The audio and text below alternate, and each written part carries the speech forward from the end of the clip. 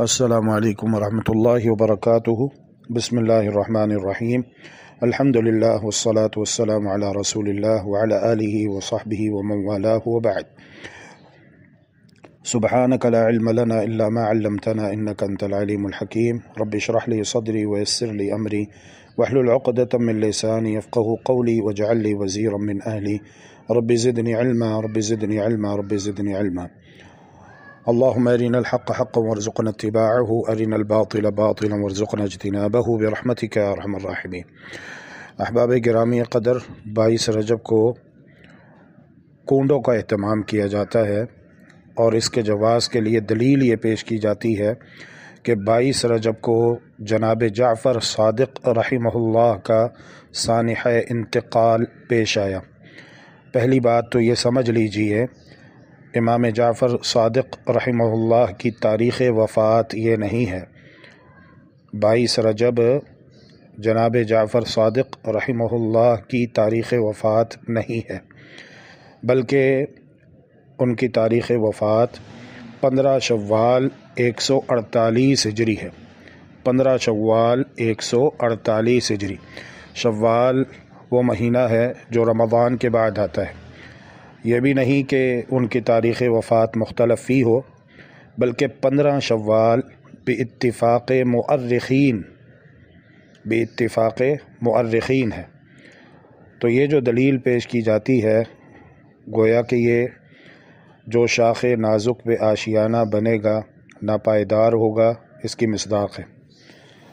دوسری بات یہ سمجھ لیجئے کہ اگر امام جعفر صادق رحمہ اللہ کی تاریخ وفات 22 رجب مان بھی لی جائے، تب بھی اس تاریخ سے کنڈوں کا کیا تعلق ہے، اور وفات کے سانحہ دلدوز میں حلوہ خوری میں کیا تک ہے۔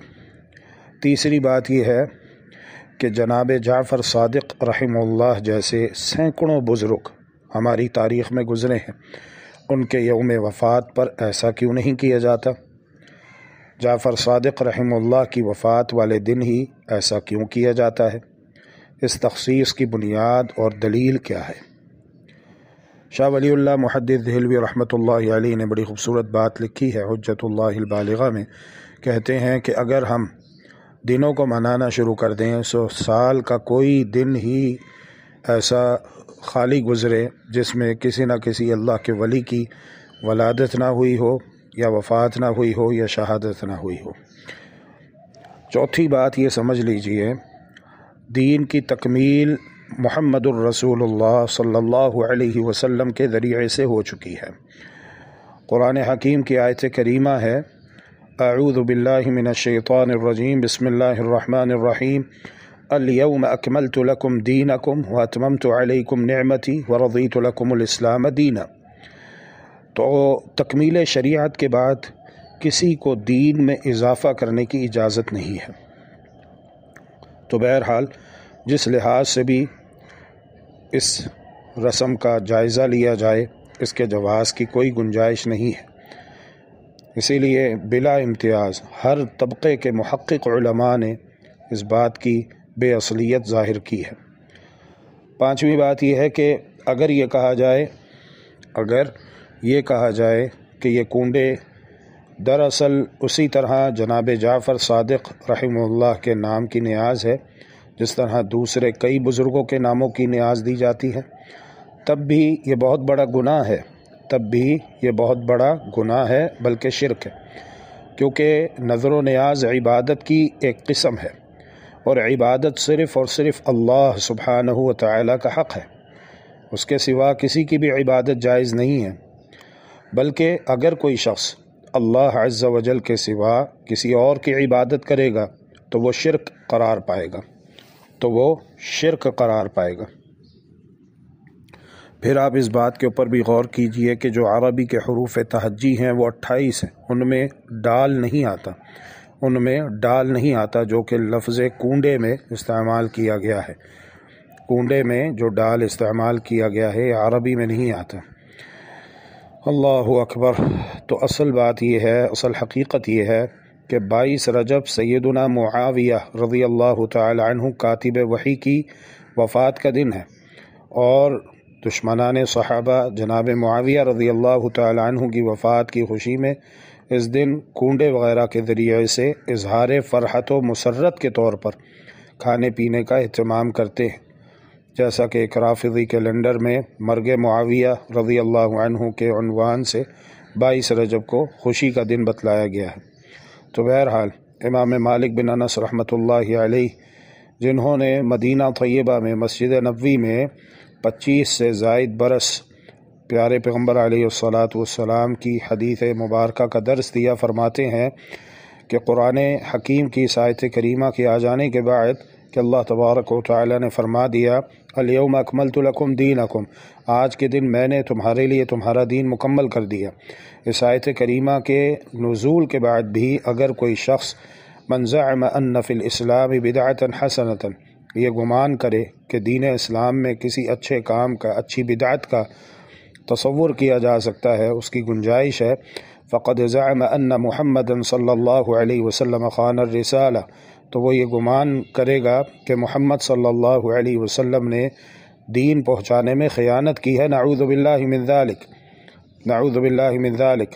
جبکہ پیارے پیغمبر علیہ الصلاۃ والسلام ارشاد فرماتے ہیں اپنے دو پیارے گلاب جیسے خوبصورت ہونٹوں کے درمیان شہد سے میٹھی مبارک زبان سے، ما من شیء یقربکم الی الجنۃ ویباعدکم عن النار الا وقد حدثتکم بہ، کوئی عمل ایسا نہیں، کوئی چیز چھوٹی بڑی ایسی نہیں جو تمہیں جنت سے قریب کر دے اور دوزخ سے دور لے جائے، مگر میں اس کے بارے میں تمہیں بتا چکا ہوں، رواہ الدارمی۔ شیخ عبد القادر جیلانی رحمہ اللہ فرماتے ہیں فعل المؤمن اتباع السنت والجماع، مومن کو چاہیے کہ وہ اتباع کرے سنت کی اور جماعت کی۔ فالسنت ما سنها رسول اللہ صلی اللہ علیہ وسلم، سنت سے مراد پیارے پیغمبر محمد کریم رحمۃ للعالمین صلی اللہ علیہ وسلم کا طریقہ ہے۔ والجماعت متفق علیہ صحابۃ رسول اللہ صلی اللہ علیہ وسلم، اور جماعت سے مراد رسول اللہ صلی اللہ علیہ وسلم کے صحابہ کرام رضوان اللہ علیہم اجمعین نے جس بات کے اوپر اتفاق کیا وہ ہے۔ غنیۃ الطالبین میں یہ قول شیخ عبد القادر جیلانی رحمہ اللہ کا موجود ہے۔ تو تکلیف مصیبت آتی ہے اللہ تبارک و تعالیٰ کے حکم سے، اور اسے دور کرنے والا بھی اللہ تبارک و تعالیٰ ہی ہے۔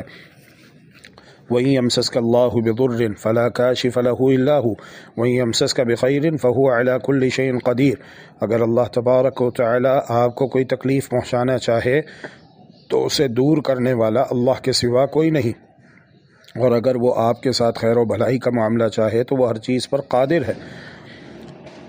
لہذا اپنے عقیدے کی اصلاح کی فکر کرنی چاہیے۔ اللہ تبارک و تعالی ہم سب کو توحید و سنت کا بیش بہا قیمتی خزانہ عطا فرمائے، اور ہر قسم کے کفریہ شرکیہ عقائد سے، فاسد باطل افکار و نظریات سے، جاہلانہ رسومات سے ہم سب کو محفوظ و مامون فرمائے، دین دنیا آخرت کی بھلائیاں وافر عطا فرمائے۔ ربنا آتنا فی الدنیا حسنۃ وفی الآخرۃ حسنۃ وقنا عذاب النار، اللہم انا نسألک جنت الفردوس ونعوذ بوجہک الکریم من النار۔ اللہ تبارک و تعالی ہم سب کو اسلام پر زندہ رکھے اور ایمان پر موت دے۔ ربنا آتنا فی الدنیا حسنۃ وفی الآخرۃ حسنۃ وقنا عذاب النار۔ یاد رکھیے دین صرف وہ ہے، سورۃ الحشر آیت نمبر 7، اعوذ باللہ من الشیطان الرجیم، بسم اللہ الرحمن الرحیم، وما آتاکم الرسول فخذوہ وما نہاکم عنہ فانتہوا واتقوا اللہ ان اللہ شدید العقاب، جو کچھ رسول تمہیں دیں اسے لے لو، اور جس سے تمہیں منع کر دیں اس سے باز آ جاؤ، اللہ سے محبت کرو، اللہ سے ڈر جاؤ، بلا شبہ اللہ سبحانہ و تعالی سخت عذاب دینے والا ہے۔ بسم اللہ الرحمن الرحیم، یا ایہا الذین آمنوا لا تقدموا بین یدی اللہ ورسولہ واتقوا اللہ ان اللہ سمیع علیم، ایمان والو اللہ اور اس کے رسول سے آگے مت بڑھو اور اللہ سے محبت کرو، اللہ سے ڈر جاؤ، بلا شبہ اللہ سبحانہ و تعالی خوب سننے والا اور خوب علم رکھنے والا ہے۔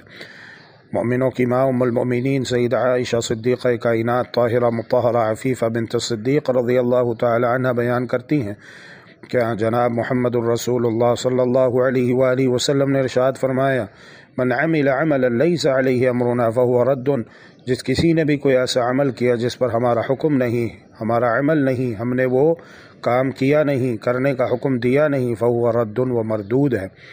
اللہ تبارک و تعالی ہم سب کو توحید و سنت کا بیش بہا قیمتی خزانہ عطا فرما دے، اور ہر قسم کے فاسد عقائد سے، باطل افکار و نظریات سے جو قرآن و حدیث کی تعلیمات اور تصریحات کے مخالف ہیں، اس سے متصادم ہے، ان سے اللہ تبارک و تعالی ہم سب کو محفوظ و مأمون فرمائے تا دم آخر۔ سبحان ربک رب العزت عما یصفون وسلام علی المرسلین والحمد للہ رب العالمین، والسلام علیکم ورحمۃ اللہ وبرکاتہ۔